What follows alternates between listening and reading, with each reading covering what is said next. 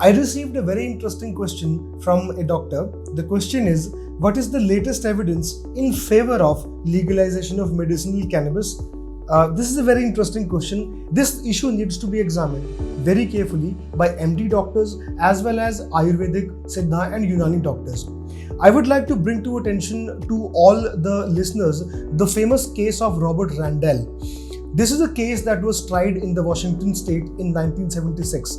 Mr. Robert Randall was a ordinary fellow just like you and I. He had a nice job, he went to a good school and he was living a law-abiding, responsible life. He was, I believe, working for the US government, so he was contributing well and he was overall a good, responsible citizen of his community.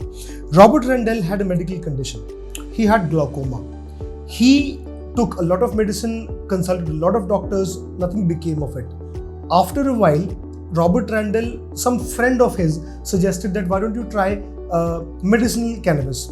Effectively, he started growing cannabis. It gave him immediate relief from glaucoma and it helped him a lot.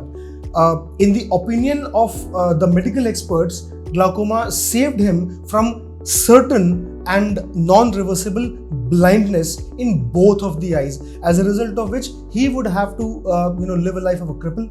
He wouldn't have been able to do his job or to live his life ordinarily. Robert Randall was arrested and prosecuted for being in possession of marijuana, which is the phrase used in the US.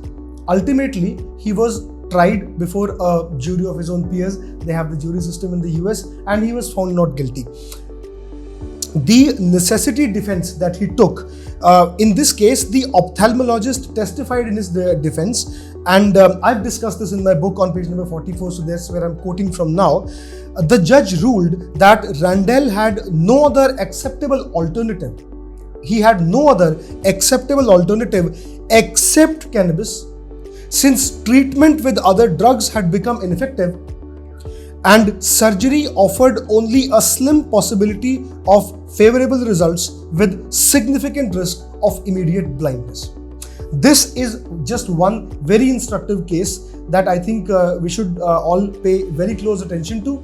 I think the case of Robert Randall and many other instances that I've discussed in my book and many other instances that I've discovered subsequently show very clearly that the evidence in favor of legalization of medicinal cannabis is overwhelming.